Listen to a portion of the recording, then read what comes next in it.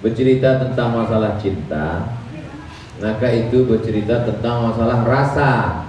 Ada orang yang cinta biasa-biasa aja, tapi ada cinta yang luar biasa. Ujian yang diberikan Allah Subhanahu wa taala kepada kita adalah ujian perpisahan. Saya diuji dengan berpisah dengan emak saya. 11 tahun saya jaga. Pulang saya dari Mesir, suruhnya lagi saya sekolah. Pergi saya ke Maroko, kata dia sesudah itu baliklah kau. Aku sudah tua. Akhirnya saya pulang 2008. Meninggal dia 2019. 11 tahun. Sampai hari ini, sejak Maret 2019, sekarang sudah September 2021, lukanya tak hilang. Dulu saya anggap dengan berjalannya waktu, dengan berjalannya hari berganti, pekan-pekan menjadi bulan-bulan, menjadi tahun, luka hati ini hilang. Tak hilang. Jadi kalau ada orang mengatakan keluarga kita meninggal, ayah kita meninggal, mak kita meninggal, saudara kita meninggal, kata dia luka itu akan hilang dengan kematian. Mungkin menurut dia iya, tapi menurut saya tidak. Luka ini hanya akan hilang nanti setelah bertemu di surga. Amin. Mudah-mudahan kita semua masuk surga tidak pakai transit. Amin. Saya ke Samarinda ini transitnya 2 kali. Pertama Cengkareng, habis itu Balikpapan, habis itu Tenggarong, habis itu baru sampai kemari. Saya berharap nanti waktu mati tak pakai transit, langsung masuk ke surga. Di surga itulah nanti kita baru berjumpa dengan Pak almarhum Sarapik bin Bedu. Barulah hilang luka hati kita. Lalu sementara kita masuk surga itu apa yang bisa kita lakukan? Tidak ada yang bisa kita lakukan kecuali sabar. Sabar itu artinya menahan. Yang ditahan itu mana? Yang ditahan itu 3. Pertama, mulut. Yang kedua, tangan. Yang ketiga, hati. Mulut bisa ditahan. Asal nampak saya ada emak-emak. Berapa umur makcik? 80. Dalam hati saya, kenapa emakku baru 70 dan meninggal? Mulut ini mau bercakap aja, langsung saya henti dengan astagfirullahaladzim, Allahumma sholli alaihi wasallam. Berbisik-bisik di dalam. Datang saya bertamu ke rumah jamaah, ke rumah kawan saya. Umur ibu berapa? 85. Dalam hati berbisik, kenapa emakku 4 kali meninggal? Langsung di stop hati itu, astagfirullahaladzim. Jadi sabar artinya menahan. Mulut ditahan, hati ditahan, tangan ditahan. Tak boleh tangan memukul-mukul pipi, mencakar-cakar. Karena orang Arab dulu ketika dia menerima kematian, laisa minna man darabal hudud, orang yang memukul-mukul pipi, wasaqqal juyub, merobek-robek kantong. 3 cuman yang bisa kita tahan. Mulut, hati, tangan. Tapi ada yang tak bisa kita tahan. Apa dia? Air mata. Siapa yang bisa menahan air mata? Tak bisa. Yang bisa menahan air mata, buaya pun tak bisa menahan air mata. Walaupun dibilang air mata, tak bisa dia tahan air mata. Makanya ketika ada seorang perempuan menangis, marah Umar bin Khattab. Jangan menangis, kata Umar bin Khattab. Apa kata Nabi? Da'hunna, biarkan mereka, Umar. Ketika anak Nabi meninggal namanya Ibrahim, menangis Nabi, keluar air matanya. Lalu kemudian sahabat bertanya, tapi kau mengatakan kalau ada keluarga meninggal kita mesti ridha, mesti sabar. Kenapa kau menangis ya Rasulullah? Amat tarda ya Rasulullah? Kau tak ridha ya Rasulullah? Kata Nabi, aku ridha. Kalau ridha kenapa menangis? Air mata tetesan kasih sayang. Jadi sampai hari ini Ustaz masih menangis walaupun sudah 2 tahun meninggal, masih menangis. Kenapa sekarang Ustaz tak menangis? Kalau sekarang aku menangis, siapa yang ceramah?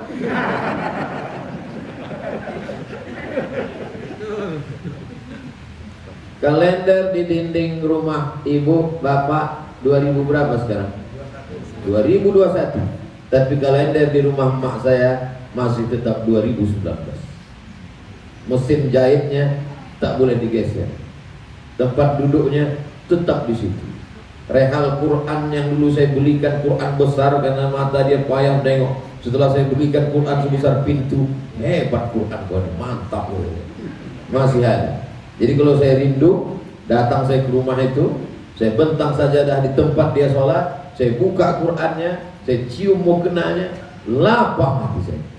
Disitulah saya melepaskan segala kerinduan saya. Dan tadi malam tak ada angin, tak ada hujan. Terbangun saya jam 2. Awal terbangunnya itu rasanya saya sedang berada di kota Makkah. Saya tengok ada batu cincin. Saya ambil batu cincin itu. Setelah saya ambil batu cincin itu, saya pun pergi ke Masjidil Haram. Saya pergi ke tempat sholat imam itu. Tidak bisa saya sholat di situ karena tertutup kain putih dan dikasih tanda tak boleh, tanda kali tak boleh sholat di situ. Saya pun pergi. Saya pergi keluar Masjidil Haram, nampak saya emak saya di situ. Di dalam mimpi itu saya terpikir, emakku kan udah meninggal, kok hidup dia di Makkah ini? Akhirnya saya datangi, pas mau saya salami, nampak saya wajahnya jelas, cuman jauh lebih muda. Waktu dia meninggal umurnya 71. Di dalam mimpi itu muda, kulitnya tak berkerut, tapi saya tahu itu mak saya. Begitu udah saya dekati, terbangun, saya tengok jam 2 lagi. Pergi saya ke toilet. Sebelum ke toilet itu nampak saya semangka, saya makan semangka. Nah, habis itu saya berwudu, saya sholat, saya berdoa. Apalah arti mimpi berjumpa mak malam? Jarang-jarang mimpi ini. Kadang bisa dihitung, cuma selama sejak meninggal baru 3 kali saya mimpi. Yang tadi malam, kenapa lah mimpi ketemu mak? Tadi barulah saya dapat arti mimpi itu.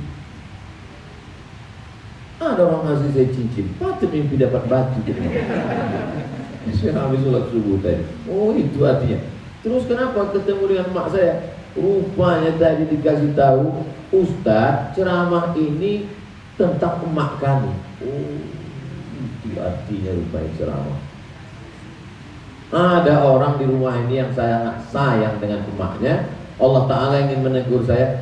Seakan-akan Allah mau ngasih tahu, kau pikir kau aja yang sayang, ada orang lain lebih sayang dari kau. Jadi sabar ini ngomongnya aja.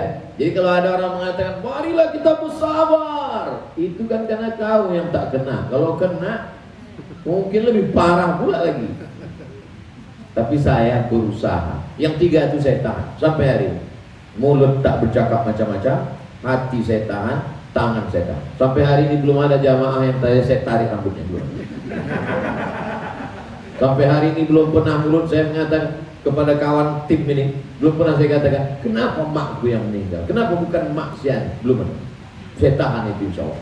Tapi yang namanya hati ini tetap sampai hari ini tidak. Alhamdulillah pembagian beras sudah berjalan 2 tahun. Kawan-kawannya dulu yang sama-sama marhaban, barzanji, solawatan, saya cari. Kalau kebetulan ekonominya mapan, bagus, silaturahim saja. Kalau kebetulan kurang baik, kita bantuan beras. Sampai hari ini 1 bulan 200 paket. Isinya beras, minyak, gula, mie, dan sembako lain sebagainya. Untuk apa? Untuk mengobati hati kita ini. Kalau vaksin itu untuk menguatkan imun, membuat kita menjadi super kuat supaya kita selamat, kata dokter. Tapi dokter yang udah suntik pun kena juga. Artinya apa? Tidak ada orang yang kebal. Lalu bagaimana dengan sakit hati kita ini? Apa obatnya? Sakit hati ini obatnya yang pertama adalah ridho. Apa nama obatnya? Ada orang mengatakan ikhlas. Selalu tuh saya tonton di TV. Ya udahlah, kita ikhlaskan aja. Ikhlas itu sholat ikhlas karena Allah, sedekah ikhlas karena Allah, itu ikhlas. Kalau menerima takdir Allah, yang tepat itu bukan ikhlas, tapi ridho. Tapi kan udah terlanjur ikhlas, ya udahlah teruskan aja tak apa. Itu namanya terlanjur ikhlas. Ada amal yang lebih hebat daripada jihad, lebih hebat daripada baca Quran, lebih hebat daripada haji, lebih hebat daripada bangun masjid. Bangun masjid duit keluar, jihad darah keluar, melahirkan anak mati taruhannya. Tapi ini amal nih lebih hebat dari segalanya. Apa itu?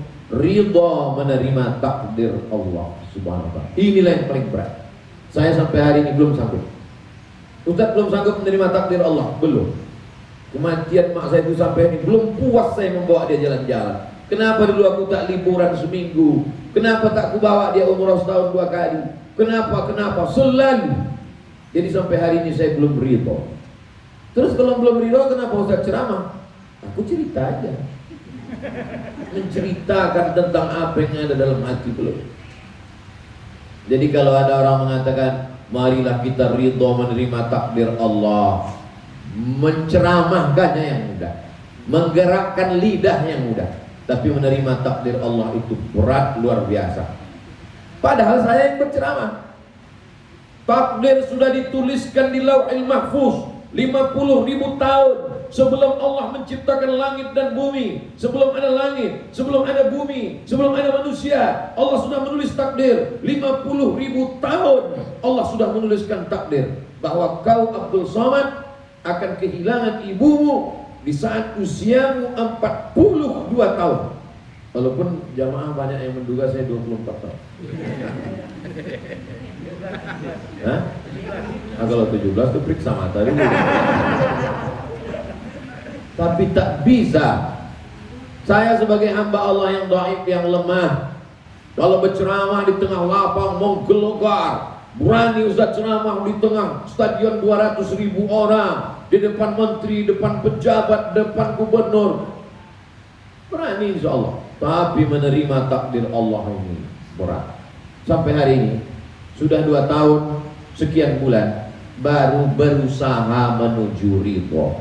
Beban ini berat, tapi insya Allah kalau kita bagi bersama, ringan beban sama dipikul insya Allah.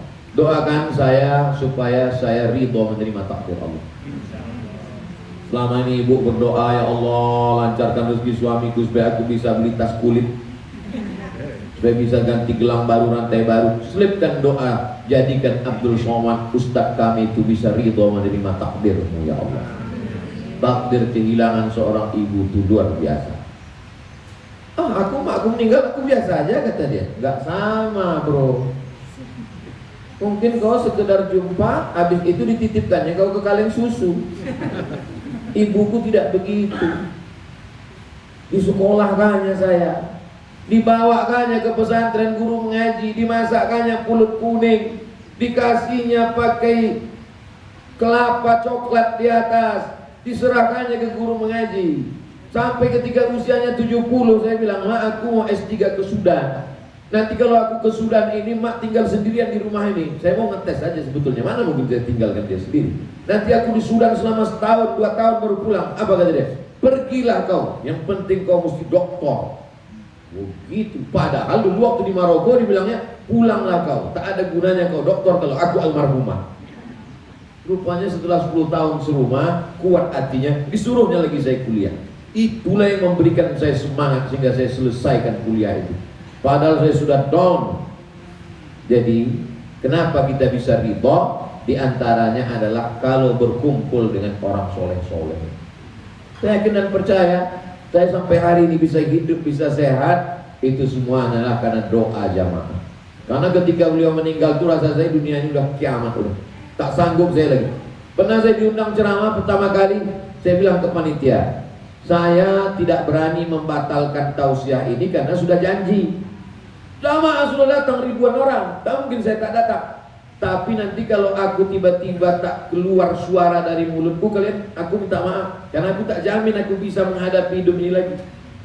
Rupanya Allah berikan kekuatan. Akhirnya jamaah pun mengirimkan doa. Doanya tak tanggung-tanggung. 1 Instagram isi doanya, amin amin amin amin amin amin amin amin amin amin. Yang pertama yang membuat kita ridho adalah doa orang. Makanya hari ini yang datang ini adalah orang-orang yang mendoakan Abdul Somad, mendoakan Ibunda Ummil Hasanah. Nama kamilah yang paling sering disebut di rumah-rumah orang. Qul huwallahu ahad, Allahus. Habis itu mereka berdoa, Rabbana atina fid dunya hasanah. Kedua aja. Mana disebut orang Pak Wakil Wali Kota? Beliau waktu pilkada aja. Tapi kalau acara di rumah orang, nama saya dulu, lalu nama ibu. Yang saya bicarakan ini betul apa tak betul? Didoakan orang kami, didoakan orang. Makanya selalu saya kalau jumpa tadi, berjumpa dengan jamaah, berjumpa dengan habib, berjumpa dengan kiai, doakan kami Pak Ustadz, doakan juga saya. Doakan kami Pak Ustadz, doakan juga saya. Tak tahu kita entah doa yang mana menembus pintu langit, mengetuk pintu-pintu langit. Mendoakan orang, minta didoakan, dan didoakan. Itulah yang paling indah. Bayangkan kalau bangun jamaah di tengah malam, berwuduk dia. Setelah itu dia berdoa, sholat tahajud 2 rakaat. Ya Allah, Ustadz Somad selalu ingin dilaporkan orang, badannya udah makin kurus, ku tengok. Sehatkanlah dia ya Allah. Sehat. Sampai hari ini saya ditanya orang, apa suplemen yang minum Ustadz? Enggak ada. Saya minum air putih aja. Minum madu sedikit, madu Umi Putri namanya. Itu sekaligus untuk iklan.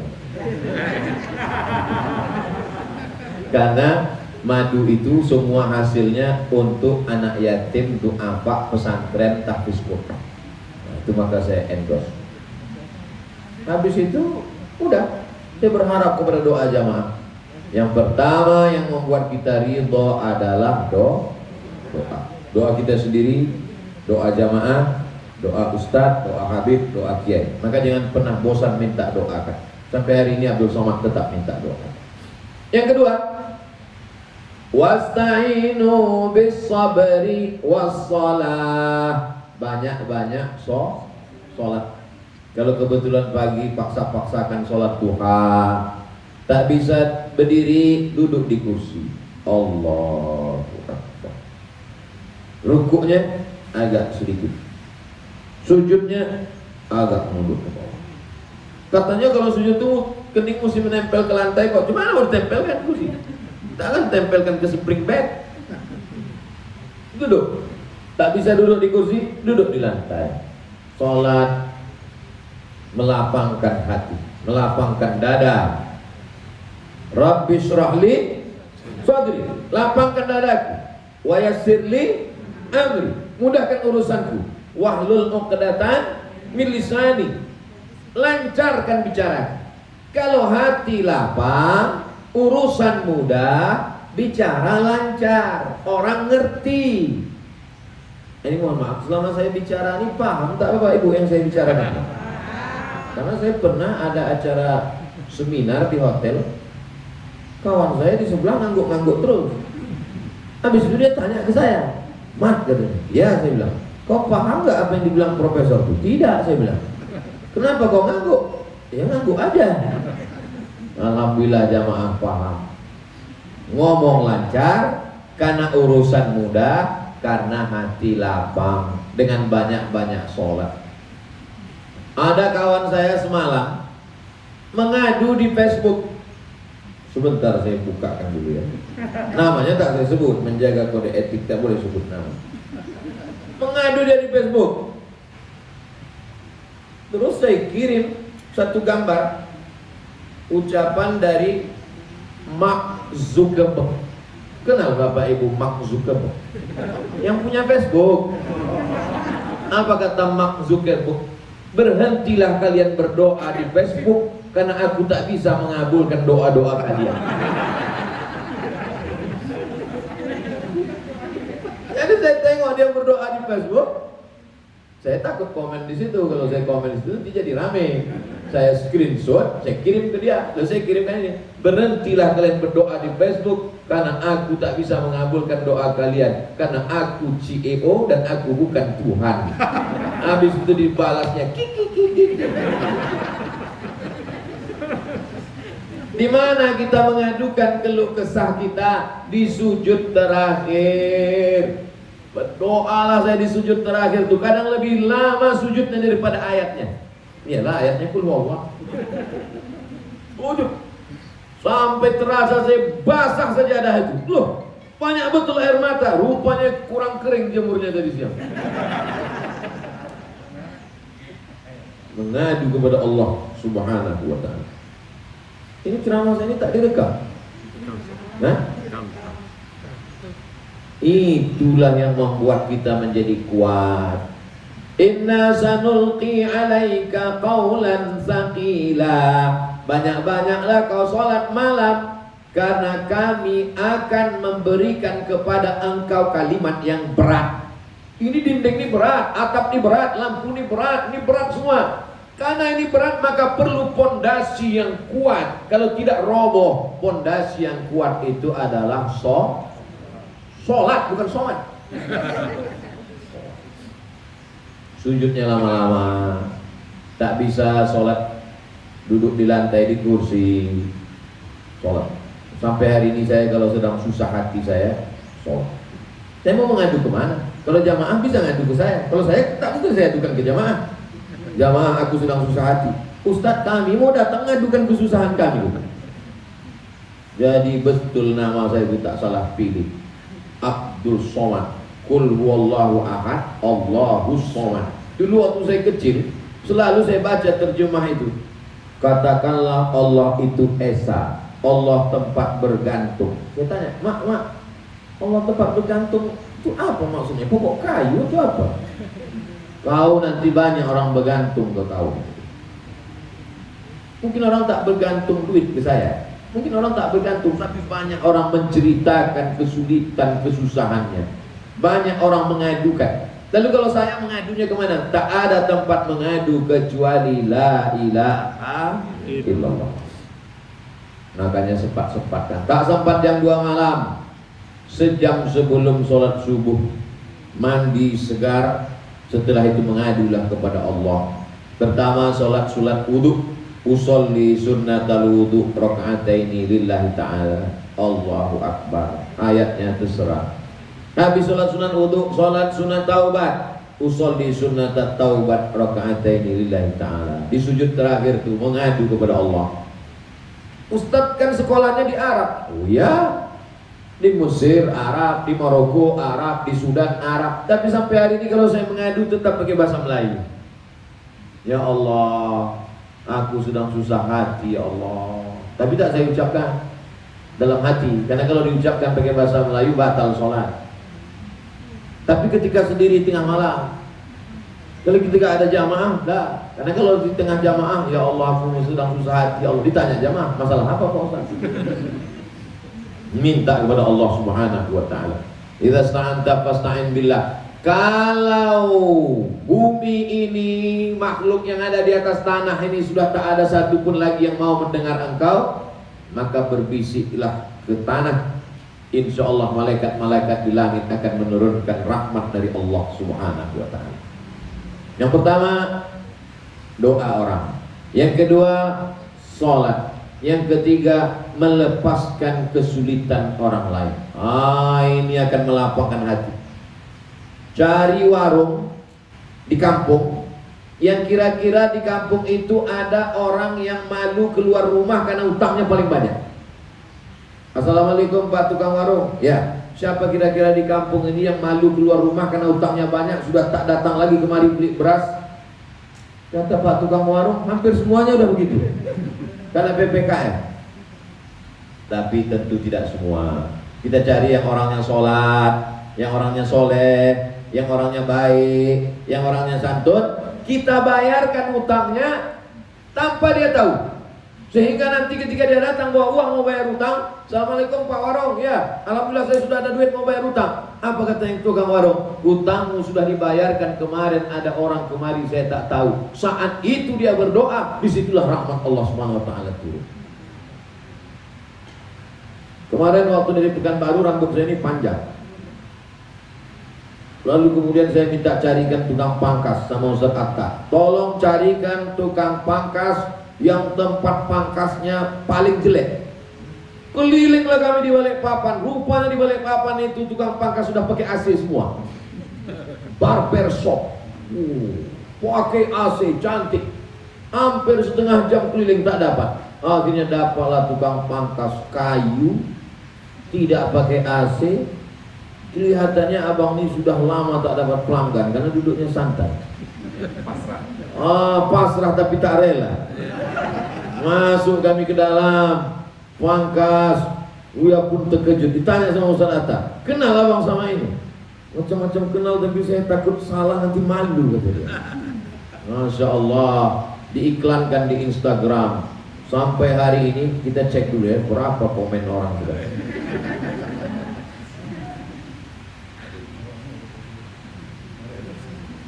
Sudah sampai komen orang tentang tukang pangkas ini sebanyak 2.255 komen, dan sudah di like orang 185.882.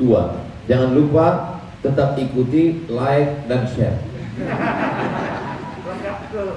Sekalian iklan. Cara supaya hati kita lapang adalah cari orang paling susah, terlilit utang, tidak makan, kesulitan, tolong dia. Kalau bisa dia jangan sampai tahu. Maka dia berdoa kepada Allah. Mungkin doa dia untuk diri dia tak terkabul, tapi doa dia di saat hatinya lapang. Idkhalus surur fi qulubil mu'minin, memasukkan ketenangan ke dalam hati orang yang beriman. Yang pertama doa, yang kedua perbanyak sholat sunat, yang ketiga lepaskan. Mana dalilnya? Man yassara an mu'sirin, siapa yang melepaskan kesusahan orang, maka Allah lepaskan pula dia dari kesusahan. Kesusahan kita bukan masalah duit, kesusahan kita bukan masalah keluarga, kesusahan kita adalah kesusahan karena hati dan lain sebagainya. Yang Ustaz ceritakan ini apa? Tentang diriku sendiri, tentang keadaan saya setelah ditinggal almarhumah ibu saya. Begitulah cara saya menjalani. Berdoa, minta doa, didoakan, sudah. Sholat, minta pagi, malam, doa, tahajud, witir, sudah. Melepaskan orang sesuai kemampuan kita dari kesulitan, sudah. Apalagi yang perlu kita lakukan? Memperbanyak zikir. Karena Allah berjanji, ala bizikrillahi tatmainnul qulub. Dengan banyak berzikir hati menjadi tenang. Ada Habib mengatakan banyak-banyak subhanallah. Ada ustaz mengatakan banyak-banyak alhamdulillah. Ada kiai mengatakan banyak-banyak Allahu Akbar. Ada tuan guru mengatakan banyak-banyak la ilaha illallah. Akhirnya jamaah bingung, satu pun belum diamalkan.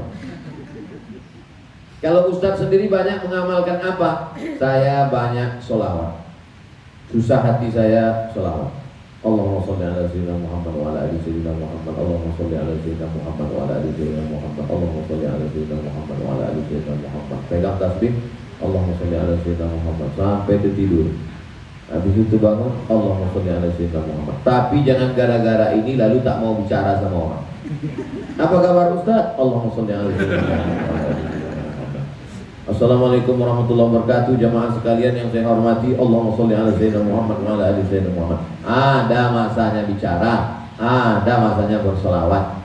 Saya selalu memperbanyak solawat, karena dengan solawat itu kita sedang menghubungi Nabi Muhammad SAW. Kita sedang miss call dia, karena kita tak sanggup langsung kepada Allah. Siapa kita dengan segala dosa kita? Maka kita minta syafaat kepada dia. Allahumma sholli ala sayyidina Muhammad wa ala ali sayyidina Muhammad. Allahumma sholli ala sayyidina Muhammad wa ala ali sayyidina Muhammad. 100 kali bagus, 200 kali mantap, 1000 kali apalagi. Semua waktu kita isi dengan sholawat. Itulah yang paling utama. Innallaha wa malaikatahu yusalluna ala nabi. Ya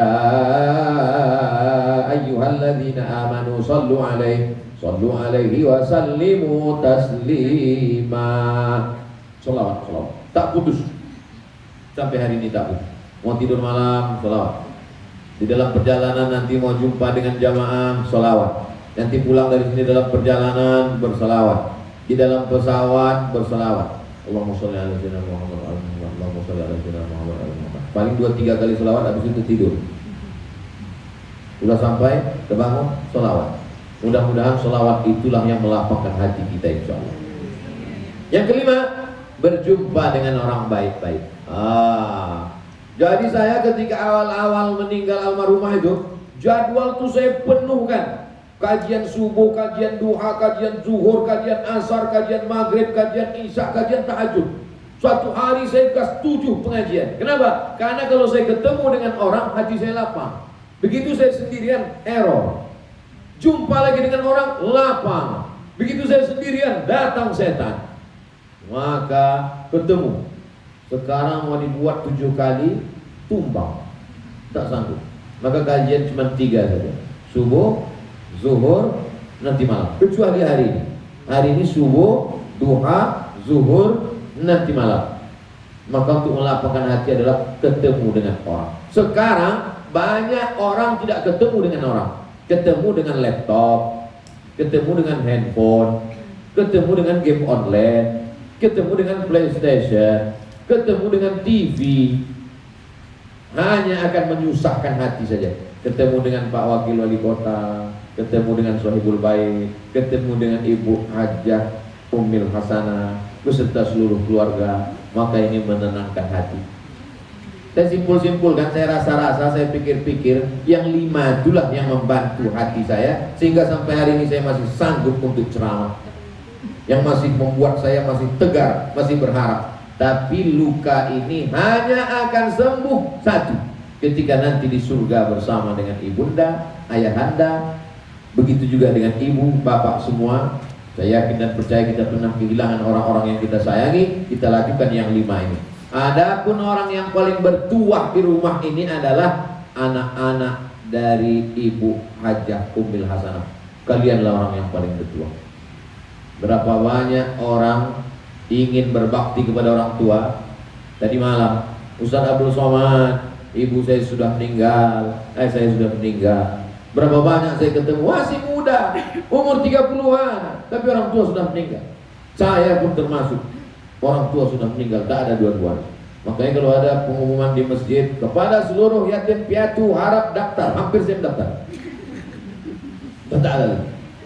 Tapi anak-anak ibunda Hajah Ummil Hasanah, kalian orang paling beruntung, paling bertuah. Sekarang tidak bisa umrah ke Makkah, tak bisa berdoa di Multazam, tak bisa bersedih hati. Jangan sedih, karena ada doa yang makbul mustajab seperti doanya para nabi. Siapa itu? Doa ibu. Tinggal minta saja, senangkan hatinya, lapangkan pikirannya, buatkan dia bahagia, maka di begitu pula lah Allah akan membahagiakan kita. Ada satu dosa yang kalau kita lakukan di dunia dapat azabnya, di akhirat dapat azab. Apa itu? Durhaka kepada orang tua. Tapi memang yang paling enak mengadukan keluh kesah hidup kita adalah kepada orang tua. Segala permasalahan hidup kita lakukan, kita jalani, kita adukan kepada orang tua. Karena orang tua yang paling menjadi pendengar terbaik.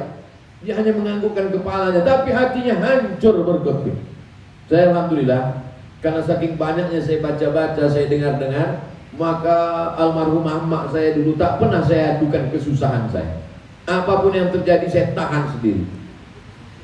Kenapa? Karena itu hanya akan menyusahkan dia. Paling-paling saya selalu minta doa. Mak, aku mau pergi, doakan aku. Ya, aku sekarang sedang dalam masalah, doakan aku. Apa masalahnya? Ini terlalu berat, Mak, cukup aku saja.